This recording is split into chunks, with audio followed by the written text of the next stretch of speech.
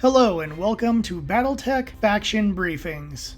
Today, we continue our journey in the Free Worlds League by discussing another member of the Atrean Dragoons.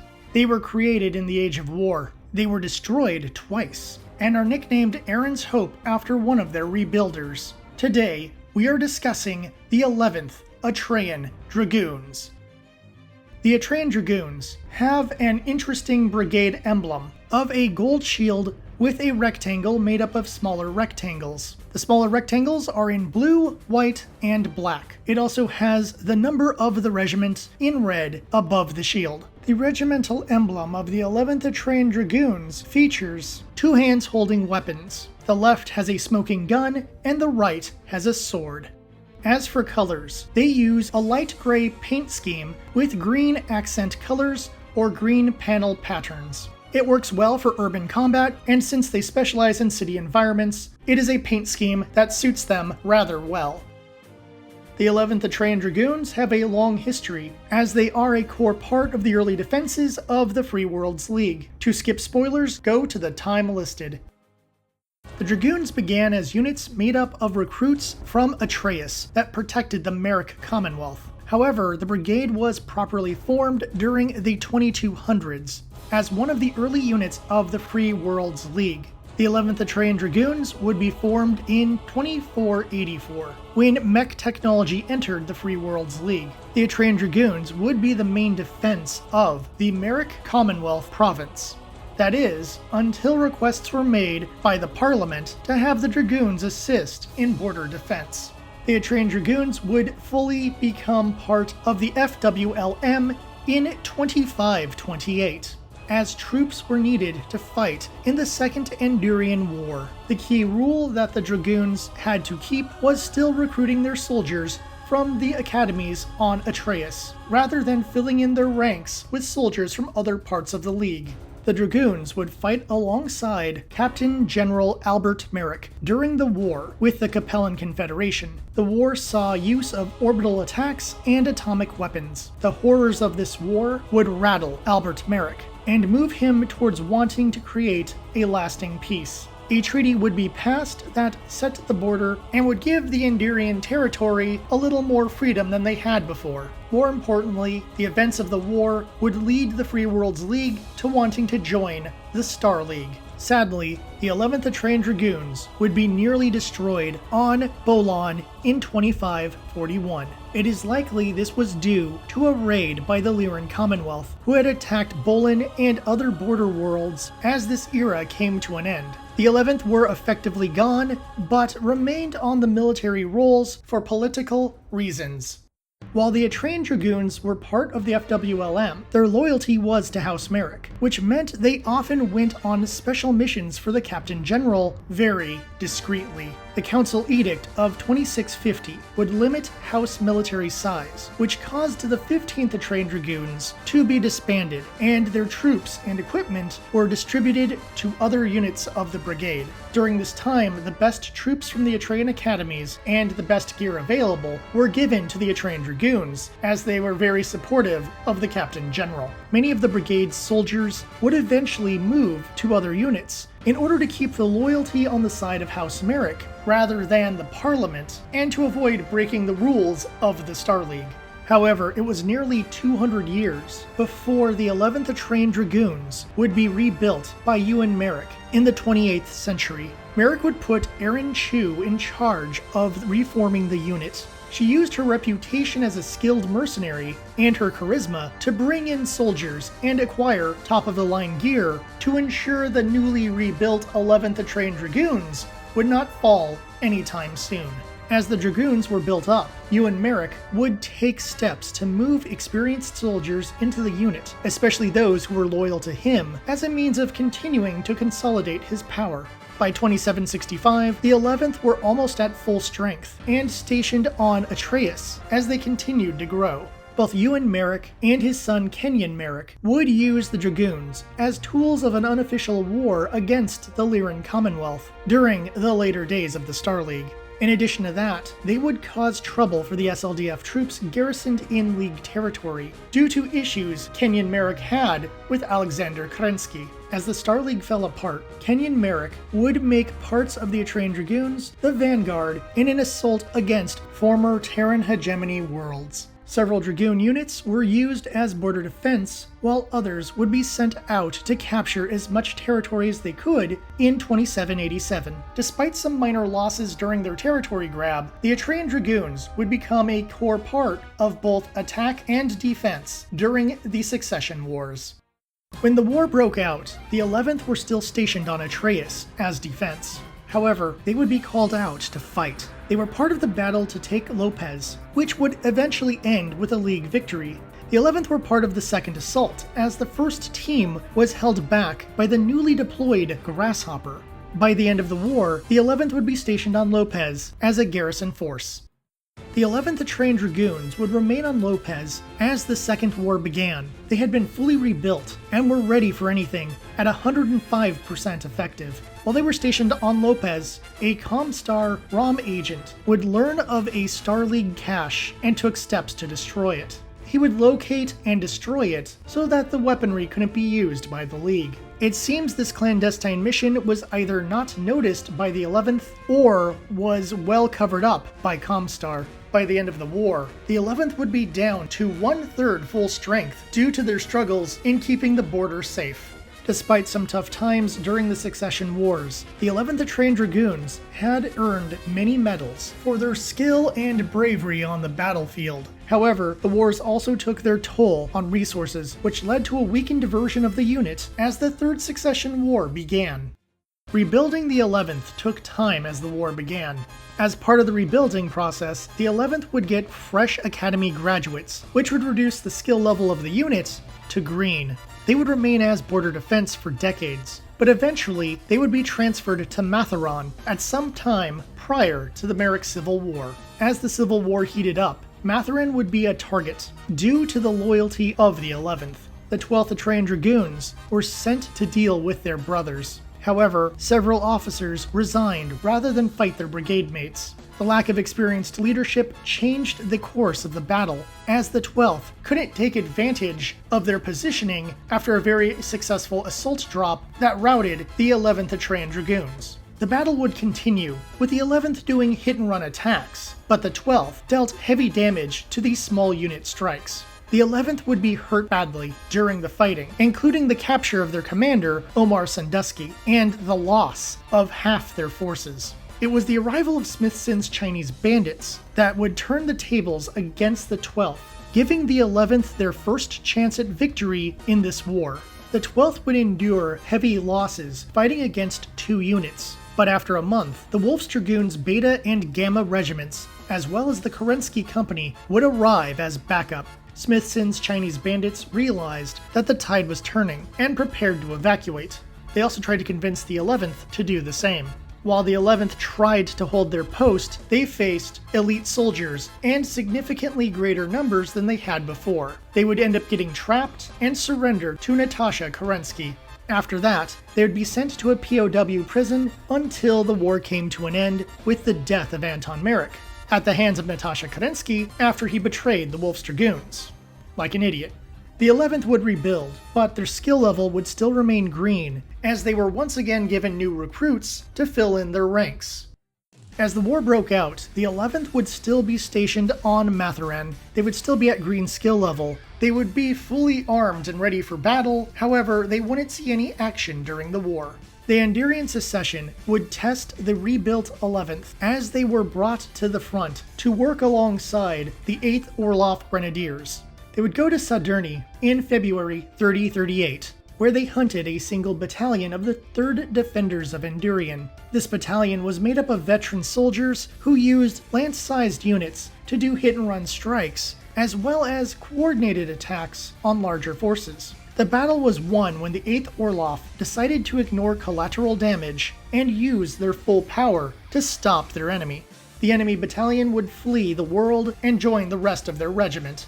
The 11th Atrean Dragoons would be involved in the invasion of Andurian. They worked alongside the 1st Regulan Hussars as they fought the 3rd Defenders of Andurian once again. When the FWLM had a proper foothold on the world, the 11th would attack a rebel stronghold located in a residential area. To their surprise, a gray-haired older woman would show up in the middle of their forces, screaming and waving her arms. As it turned out, she was Dame Catherine Humphreys, the ruler of Andurian. She would offer surrender, which would end the war. The years of fighting were able to raise the unit back to regular skill level prior to 3050. They would continue their garrison of Matheron and not see any action during this turbulent time. By 3054, parts of the unit, including the 3rd Battalion, parts of the Armor Brigade, and half their infantry, were stationed on Callaway, while the main force remained on Matheron. Even as Operation Guerrero started, they would guard the border rather than join the attack on the Federated Commonwealth. This would leave the 11th anxious for combat, as defensive operations and continued training got old very fast. As the FedCom Civil War broke out, many regiments were ready to take advantage of their distracted enemies. In 3064, the 11th Atrean Dragoons would be transferred to Rochelle. They believed this was part of an invasion strategy. However, their job was to oversee shipments of humanitarian aid to the Isle of Skye region of the Lyran Alliance. This was not the mission the 11th wanted. Thus, some of their training missions may have ended up being raids against Lyran border worlds. However, the 11th tried to keep this secret, and SAFE did not find any concrete evidence of misdeeds. During this era, a new regiment would join the Atrean Dragoons, the Atrean Hussars.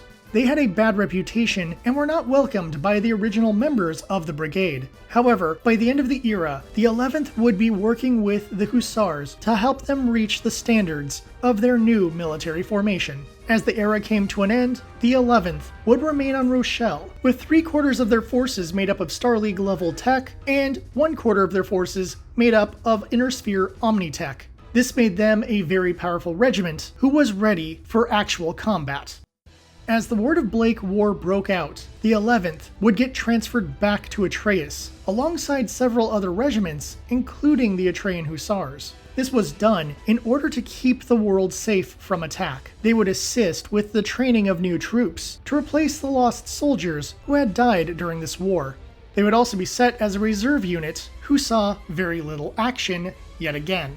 As chaos spread throughout the splintering Free Worlds League, the 11th would assist in keeping Atreus out of the hands of would-be conquerors, made up of different former FWL factions. By 3079, the 11th would be built up to 105% effective due to their garrison work and training efforts. This would make them one of the strongest units guarding Atreus as the war came to an end. The new era brought some changes as the Merrick Commonwealth became an independent nation once again. In short order, it would then become the Merrick Stewart Commonwealth, and several units within their borders would make up their military forces, including the 11th Atrean Dragoons. In 3083, the Dragoons would defend Atreus from the 5th Regulan Hussars with great success, taking in quite a bit of salvage. They would also repel another attack prior to 3085. This would enhance their reputation as great defensive warriors. As trade was limited due to issues between the various provinces, the local industries would provide the mechs and weapons for building up the Merrick Stewart Commonwealth's forces. Thus, autocannons became more popular due to the Imperator Automatic Weaponry Factory being a local industry. Over time, the 11th would have all their mechs upgraded or modified to use autocannons. This would lead to jokes about them looking like an AFFS regiment. In 3119, the 11th would invade Harmony and capture the world from the Principality of Regulus, dealing heavy damage to the defending Regulan Hussars regiment. However, their glory was not to last, as Operation Hammerfall would lead to the destruction of the 11th and the fall of the Merrick Stewart Commonwealth. During the fighting, the 11th Atrean Dragoons would take heavy damage trying to keep the onslaught of Lyran and Wolf forces from capturing Atreus. After the fighting came to an end, the remains of their forces would be brought into the 14th Atrean Dragoons, who had been rebuilt in 3096. Sadly, the 14th Atrean Dragoons would take heavy damage when Atreus was invaded in 3138 by the Regulan fiefs. The survivors of the attack would flee to Ionis, an important shipyard world. When Atreus was liberated in 3139 and the Free Worlds League was reformed, the remains of the 14th would get rebuilt. However, no other member of the shattered Atrean Dragoons would receive that honor. The 14th would become the border defense against the Capellan Confederation as of 3145, as the Dark Age came to an end, and the last remaining Atrean Dragoon regiment would stand ready for the challenges of the new era. The Atrean Dragoons have had a long and difficult history, as the fair majority of their forces were destroyed during the Age of War and the early Succession Wars. The 11th Atrean Dragoons were lucky enough to be rebuilt, and would fight alongside the 1st and the 12th for quite some time. However, the 1st would be destroyed during the Word of Blake War, and the 12th would end up being integrated into the Republic of the Spheres military. Yet, even after the 11th were destroyed in 3137, they would become part of a new unit, and the legacy of the 11th would live on into the Ill Clan era as part of the 14th Atrean Dragoons. Due to their long history, there are many notable members of the 11th Atrean Dragoons. Erin Chu. She was a former mercenary and military advisor to Ewan Merrick. She would be given command of the newly reformed 11th Atrean Dragoons, and used her charisma to bring in veteran soldiers. Her skills as a pilot were well known, and she would set a standard for the unit that would endure for years to come. Omar Sandusky. He was the commander in the late Third Succession War. He would be taken captive during the Merrick Civil War, but would regain command after the fighting was over. His leadership would help the unit rise out of the mire of being green skill level. His contacts with businessman Alejandro de Rita Stewart would allow his regiment to have good technical support and advanced gear, but he would get in trouble for some of the less than legal dealings he had behind the scenes. Vincent Woolman. He would take command of the 11th during the Merrick Civil War. He would survive the difficult fighting, but surrender to Natasha Kerensky. Not long after the war ended, he would get recruited into the Comm Guard. He would command the 282nd Division, but die on Tukiad fighting against Clan Wolf. Evelyn Panfili. She began her career in the 2nd Merrick Militia. She would then be transferred to the Dragoons in 3044 as their new colonel. She would be friends with power couple Adam Tan and Cassandra Blake, but their public breakup led to rumors that slowed down Panfili's career. In the Dark Age, she'd be moved to the Atrean Hussars to improve their training regime. She piloted an archer. Saeed Baradaj. He was the XO of the Atrean Dragoons Brigade in the late 3050s. He would be put in command of the Atrean Hussars in the 3060s to improve their capabilities. He would take command of the 11th Atrean Dragoons in the Dark Age and would help keep the Merrick Stewart Commonwealth protected from their enemies for years. Sonny Davalis. The commander of the Aerofighter forces during the later part of the 31st century. He was very interested in the clans, as part of his family had left during Kerensky's exodus. Of note, Davalis is a Clan Novacat blood name. As they were part of the Free Worlds League, the 11th Atrean Dragoons have a good variety of FWL mechs, and some Lyran salvage. Over the centuries, they were a medium weight unit, meaning most of their mechs were in the lighter weight brackets. Due to their position, they would be on the cutting edge of technology, however they would never receive any clan tech for their forces. Their tactics were built around small unit strikes, oftentimes using a lighter, faster team that could draw out enemies in order to use their heavy and long-range units to deal the finishing blow. As the years passed, they would shift their specialization into city fighting during the Word of Blake and Dark Age eras. They also preferred to have their weapons designed for long-term engagements, meaning mostly non-ammo based weaponry. However, they would continue to use internal combustion-based vehicles through most of their history. The Dark Age era would change these up as they ended up getting far more autocannons installed into their mechs. The mech forces would be supported by a wing of aerofighters, a brigade of heavy armor forces, and a division of infantry made up of 2 standard regiments and 2 mechanized regiments. They had their own dropships, including enough to allow them to garrison 2 worlds at the same time. They were a well-armed and well-trained regiment that was wiped out in the Dark Age because the writers needed to show just how powerful Clan Wolf had become, or something like that. You know, your typical Dark Age writing. There is no fiction involving the 11th Atrean Dragoons, but they have several sourcebook entries, including a reference in a TRO. Many books only have TO&E or short blurbs of information. And for those interested, I've decided to include the story about the First Battle of Lopez from TRO 3025, as I found it to be an interesting side note. A brief correction from the last episode. I said Evelyn Panfil instead of Evelyn Panfili, due to a spelling error in my script. I usually catch this kind of stuff, and I have no idea how it slipped through. I mean, I have the pilot card. There's really no excuse. The 11th Atrean Dragoons were an early request alongside the 12th Atrean Dragoons. I'm glad I finally got around to them, and I will probably cover the first next year. I've even considered doing a longer brigade-themed video that covers all the units destroyed in the early wars, as well as the revived 13th and 14th regiments. It's something to think about for later. I am glad that I covered this unit, as they have something of an odd history, as they are incredibly powerful but almost never sent to the front. It was a nice change from other units, and made for a fairly quick video. This whole video happened because I randomly chose the Atrean Hussars, which goes to show that sometimes there's odd connections between units in the history of BattleTech.